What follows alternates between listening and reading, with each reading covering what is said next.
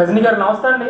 నమస్తే. సింగయ్య యాక్సిడెంట్ కేసుకి సంబంధించి జగన్మోహన్ రెడ్డి గారిని కూడా ఇందులో చేరుస్తూ పోలీసులు కేసు అయితే నమోదు చేయడం జరిగింది. అసలు ఈ సింగయ్య ఈ యాక్సిడెంట్ కేసులో జగన్ గారిని చేర్చడం ఎంతవరకు కరెక్ట్ అంటారు? అసలు ఈ ఉదంతం మీద ఏ విధంగా రియాక్ట్ అవుతారు? నమస్తే అండి.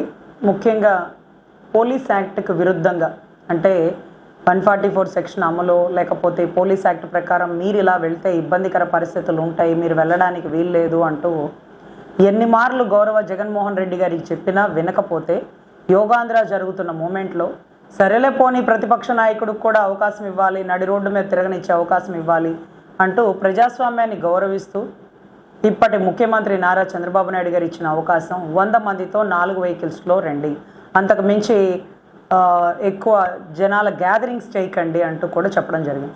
కానీ చెప్పిన మాట వింటే జగన్ ఎందుకు అవుతారండి? సో ఖచ్చితంగా ఆయన 100 మంది కాకుండా మందలుగా వస్తూ ఇవాళ రోజు ఈ ఘటన జరగడానికి కారణం. పుష్పరాజులో డైలాగ్ చెప్పాడు కదా, గంగమ్మ జాతరలో వేట పొడవెళ్ళను నరికినట్టు నరుకుతానని. మీరు చెప్పండి, గంగమ్మ జాతరలో కొటేషన్ చెప్పినటువంటి పుష్పరాజు ఏ గత అయితే పట్టిందో సంజా థియేటర్ దగ్గర జరిగిన తొక్కిసలాట్లో మన ఆంధ్ర పుష్పరాజుకు కూడా అదే గతి పడుతుంది. అంటే ఆయన కారు కింద ఇంకా జరిగిన ఘటన కాదు, తొక్కిసలాట్లో జరిగిన ఘటన. కానీ సంజా థియేటర్ దగ్గర మీరు ఎక్కువ గ్యాదరింగ్ చేయకూడదు, మీరు ఇలా రాకూడదు, జనాలకి వందనాలు చేయకూడదు అంటూ చెప్పినా కానీ వినకుండా బయటకు వచ్చిన అల్లు అర్జున్ గారికి ఏ పరిస్థితిని ఎదుర్కొన్నారో, ఇంట్లో కూర్చున్న ప్రొడ్యూసర్లు డైరెక్టర్లు కూడా ఎందుకు ముందుకు వచ్చి డబ్బులు కట్టారో, ఇవంతా కూడా రెస్పాన్సిబిలిటీ అంటారు. ఆ రెస్పాన్సిబిలిటీ గౌరవ జగన్ రెడ్డి గారి దగ్గర లేదు. అది కూడా ఆశ్చర్యకరం. ఎస్పీ గారు నిన్న మొన్నటి రోజు కూడా ఒక అద్భుతమైన స్టేట్మెంట్లు ఇచ్చారు. వైసీపీ కార్పొరేటర్ వల్ల జరిగిన తప్పు, ఆ వెహికల్ నెంబర్ పలానా సీజ్ చేస్తున్నాము, అతన్ని కూడా 1 గంటలో 2 గంటల్లో పట్టుకుంటాము, అప్స్టాండింగ్లో ఉన్నాడు అంటూ అన్ని ఆధారాలు పరిగణించిన పిదపట ఇతనే నేరగాడని నిర్ధారించడం అయింది అంటూ చెప్పడం జరిగింది. అంటే నేనేమంటున్నానంటే, మీరు అంటే మనం వేగ్గా ఏదైనా మాట్లాడేసేయచ్చండి మీరు నేను, కానీ ఒక పోలీస్ ఆఫీసర్, అందున ఐపీఎస్ ఆఫీసర్ ఒక మీడియా ముఖంగా స్టేట్మెంట్ ఇచ్చేటప్పుడు ఏఎస్ఐల నుంచి, సిఐల నుంచి, కానిస్టేబుల్ నుంచి, డిఎస్పీలతో అందరితో ఒక రివ్యూ కమిటీ మీటింగ్ వేసుకుని ఆ స్టేట్మెంట్ని బయటికి ఇస్తారు.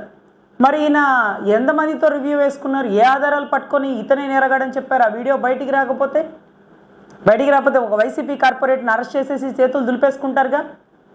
ఎన్నాళ్ళు ఈ పెద్దోళ్ళ కోసం పేదోళ్ళు బలవాలి? ఎన్నాళ్ళు రాజకీయ నాయకులు ముసుగులో వాళ్ళ బినామీలు, వాళ్ళ అభిమానులు మీద కేసులు కట్టి లోపలేయాలి? నిజమైన నేరగాడిని పట్టుకోలేరా?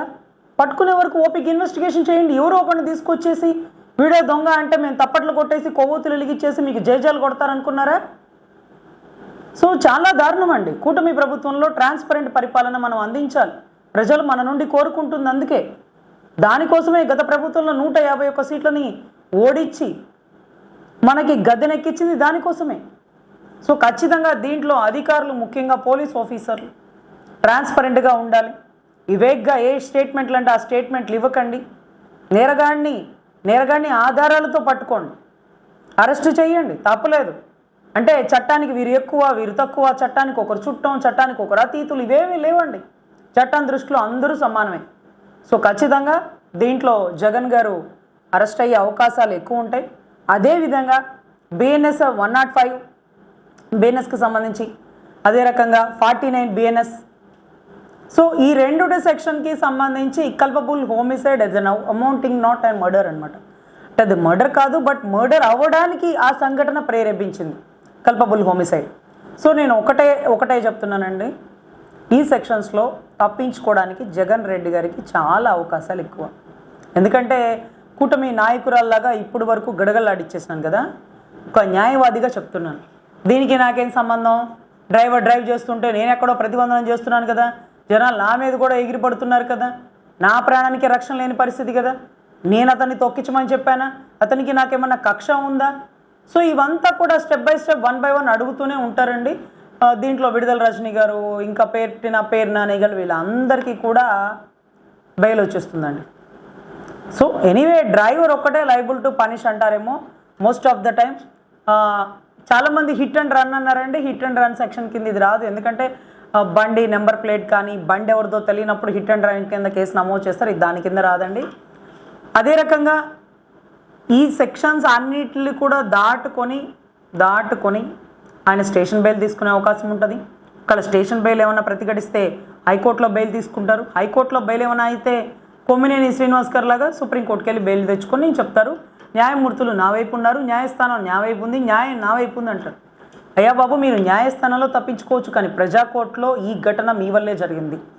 ఈరోజు సింగయ్య కుటుంబం మీ వల్లే ఒక కుటుంబంలో ఉండి పెద్ద వ్యక్తిని కోల్పోయారు, అలాగే చనిపోయిన ప్రతి ఒక్కరు.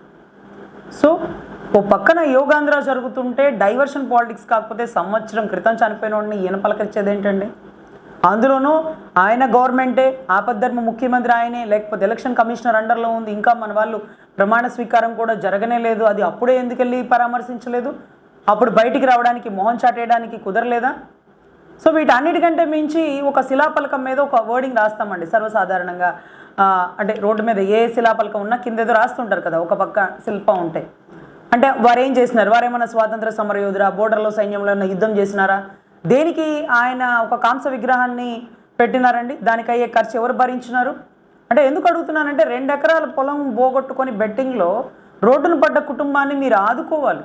అవసరమైతే భారతీయ సిమెంట్లోనో, సాక్షి మీడియాలోనో, సాక్షి పేపర్లోనో ఒక ఉద్యోగం కల్పించాలి. ఒక 2 ఎకరాల భూమి ఇవ్వాలి, ఒక ఇల్లు ఇవ్వాలి. అందులో వాళ్ళు బెట్టింగ్ ఎందుకు కట్టినారు? తమరు వైజాగ్లో ఏకంగా ప్రమాణ స్వీకారానికి హోటల్ రూమ్స్ అన్నీ ఫిల్ అయిపోయినాయి, మంచి రోజు చూసుకుంటున్నాం, ఇలాంటి స్టేట్మెంట్లు ఇచ్చేస్తే ఏమో నిజంగా గెలిచేస్తారేమో అనుకున్నారు. సో మీ వల్ల జరిగిన తప్పుకి మీరు నష్టపరిహారం కట్టండి, అంతేగాని విగ్రహం కట్టి మీరు ప్రజలకు ఏం మెసేజ్ ఇస్తారు? కింద శిలాపలకం మీద ఏం రాస్తారు? నాకు అర్థం కాలేదు. ఈ కాంస విగ్రహానికి పర్మిషన్ ఎవరు ఇచ్చారు? దానికి అయిన ఖర్చు ఎవరు భరించారు? ఇవన్నీ కూడా స్టెప్ బై స్టెప్ వెలుగులోకి వస్తూ ఉంటాయండి. ఇంటెన్షనల్గా జరిగిన ఘటన, యోగాంధ్రాన్ని డైవర్ట్ చేయడానికి ఘటన. ఇప్పుడు కూడా ఫోన్ ట్యాపింగ్ కీలక ఘట్టం పక్కన పడేసినారు. సిట్ దర్యాప్తు ముమ్మరంగా జరుగుతుంది విజయవాడలో చెవిరెడ్డి భాస్కర్ రెడ్డి దగ్గర. సో ఇవన్నీ పక్కన పట్టేసి ఇప్పుడు టైర్ కింద తలకాయ పగిలిపోయింది, ఆ తలకాయ అంటే తలకాయ చంపడానికి గల కారణం ఇతనే, ఆ మనిషి చనిపోవడానికి ఇతనే కారణం, ఇతను లాగి పక్కన పడేసినారు. ఇవన్నీ పెద్ద పెద్ద మీడియా ఛానల్స్ చక్కగా పబ్లిసిటీ చేస్తున్నాయి. దీంట్లో ఆయన అరెస్ట్ చేసేది లేదు, ఆయన ఈజీగా తప్పించుకునే కేసులు, ఆయన పెద్ద పెద్ద లిక్కర్ స్కామ్లో, లిక్కర్ క్వాలిటీలో, లేకపోతే ఇక మిగతా అన్ని కేసులు, ఫోన్ ట్యాపింగ్ కేసులు అన్నిట్లో ఆయనే కదండి ముద్ద ఏకగ్రీవంగా. సో పెద్ద కేసులు పట్టుకోండి, ఎలుక దూరే సందు దగ్గర ఎందుకు కాపలా పెడుతున్నారు, ఏనుగు దూరే సందును ఎందుకు వదిలేస్తున్నారంటూ కూటమిని గెలిపించిన ప్రజలు అడుగుతున్నటువంటి ప్రశ్నలు. అంటే మేడం, ముఖ్యంగా ఈ సింగయ్య డెత్ కేసులో ఇప్పటికీ A1గా ఎవరైతే డ్రైవర్ ఉన్నారో ఆ రోజు ఆ డ్రైవర్ మీద, A2గా జగన్మోహన్ రెడ్డి, A3గా కారు యజమాని మీద ఇప్పుడు మీరేదో సెక్షన్ చెప్పారా, సెక్షన్ ప్రకారం కేసుని కట్టడం జరిగింది. ఇది నిలిచే అవకాశం ఉందంటారా? ఏంటి అసలు? నిలవదు సార్, 100% నిలవదు, 100% నిలవదు. ఒకవేళ పోలీస్ స్టేషన్లో బెయిల్ ఇవ్వనని నిరాకరిస్తే హైకోర్టులో బెయిల్ తెచ్చేసుకుంటారు. హైకోర్టులో వెరీ ఈజీగా బెయిల్ వచ్చేస్తుంది, ఎందుకంటే ఘటన సీన్ జడ్జి గారికి కూడా ప్లే చేసి చూపిస్తారు కాబట్టి. మొన్న కూడా మీరు చూసారు, కొమ్మినేని శ్రీనివాస్ గారు అంటే ఒక సాక్షి రిపోర్టర్ కేసులో కూడా ఏమని వచ్చింది, నవ్వితే తప్ప, నవ్వినందుకు మీరు లోపల వేసేస్తారా సీనియర్ జర్నలిస్ట్ని అంటూ మాట్లాడారు. అంటే ఏ ఘటన కోసం నవ్వారు, ఎందుకు నవ్వారు? గతంలో ప్రతి విషయాన్ని ఖండించిన వ్యక్తి ఈ విషయంలో ఎందుకు ఖండించలేదు? మన రాష్ట్రం గురించి ఎవరో వెకిలిగా మాట్లాడుతుంటే ఒక సీనియర్ జర్నలిస్ట్ అయింది ఎందుకు ఖండించలేదని భావోద్వేగాలు మనకుంటాయి. చట్టంలో కావాల్సింది పెద్ద పెద్ద కేసులే తప్ప చిన్న కేసులు కాదు. ఒక వ్యక్తి పర్స్ కొట్టేయడంలో, ఆ పర్సులో ఉండే తన మంగళసూత్రం పోవడం వల్ల, పెళ్ళి ఆగిపోవడం వల్ల, పెళ్ళి అత్తగారిళ్ళ దగ్గర ఒక ఆడబిడ్డకు వచ్చే అవమానాన్ని తట్టుకోలేక ఒక తండ్రి ఉరేసుకొని చనిపోతే గౌరవ జడ్జి గారు, అక్కడున్న ఏ జడ్జి అయినా సరే, చిన్న పర్సే కదా అతను కొట్టేసింది, దానికి అతన్ని ఉరి తీసేయమంటారేంటి, ఇంకో కేసు ఏంటి అన్నారు. కానీ దొంగతనం చేసింది చిన్న పర్సే, కానీ పోయింది ఒక కుటుంబ ప్రాణాలు. అంటే అక్కడ ఘటన చిన్నదా పెద్దదా, చనిపోయిన వ్యక్తి ఎవరా? ఈ రోజుకి మీరు చూడండి, సిబిఐ దర్యాప్తులో వివేకానంద రెడ్డి గారి కూతురు ఎంత కష్టపడుతూ తిరుగుతూనే ఉంది 4 ఏళ్ళు.